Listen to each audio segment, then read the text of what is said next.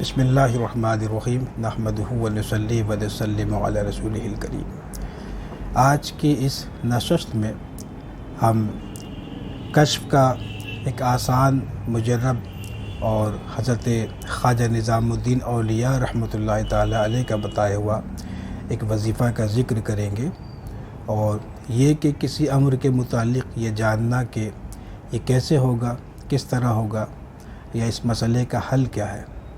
تو اکثر عاملین احباب کو یہ معاملہ درپیش ہوتا ہے، بلکہ روزانہ ہر وقت ہر گھڑی یہ معاملہ درپیش ہوتا ہے۔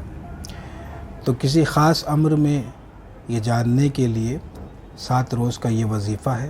حضرت محبوب الہی خواجہ نظام الدین اولیاء رحمۃ اللہ تعالی علیہ کا تعلیم فرمایا ہوا کہ جب ہمیں یہ جاننا ہو، اور یہ کہ بطور کشف خواب میں ہو یا جاگتے میں اس امر کی اطلاع مل جائے، تو اس کے لیے شب یکشنبہ سے یہ وظیفہ شروع کریں گے کہ عشاء کی نماز کے بعد جب نمازوں سے فارغ ہو جائیں تو مصلی سے ہٹنے سے قبل یا مصلی سے اٹھنے سے قبل محض 200 مرتبہ اس وظیفے کو پڑھ لینا ہے۔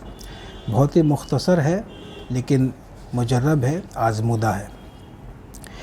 فرمایا کہ شب یکشنبہ پڑھنا ہے، یا واحدو یا احدو، یہ 200 مرتبہ پڑھیں گے۔ اول آخر درود شریف طاق مرتبہ 3، 5، 7 یا 11 مرتبہ کوئی سا بھی درود شریف پڑھ لیجئے۔ شب دوشنبہ یعنی کہ اتوار کا دن گزار کر کے جو پھر رات آئے اور جو عشاء کا وقت، تو اس میں پڑھیں گے یا سمدو یا فردو 200 مرتبہ اول آخر درود شریف۔ شب سحشنبہ یعنی کہ پیر کا دن گزار کر کے جو رات آئے، تو عشاء کی نماز کے بعد پڑھیں گے یا حیو یا قیوم۔ اسی طریقے سے شب چہارشنبہ کو پڑھیں گے یا حنانو یا منانو۔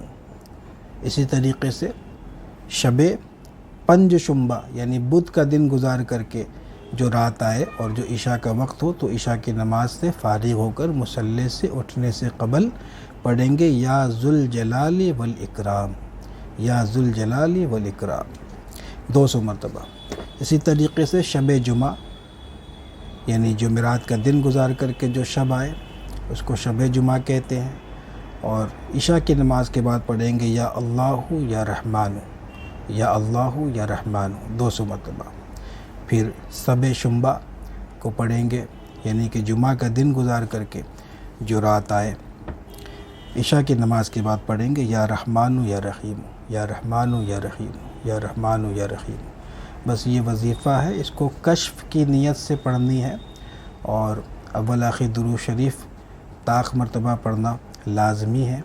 اس کو پڑھیں گے تو انشاءاللہ تعالی جس امر کی طرف توجہ کریں گے کہ اس مسئلے کا حل کیسے ہے یا کس میں ہے یا کیوں کر ہے، تو انشاءاللہ تبارک و تعالی بطور کشف، خواہ بطریق منام ہو یا جاگتے میں، جیسے شرح صدر کی صورت میں، کیسے بھی یہ پتہ لگ جائے گا، اور انشاءاللہ تبارک و تعالی اس طرف رہنمائی ہو جائے گی۔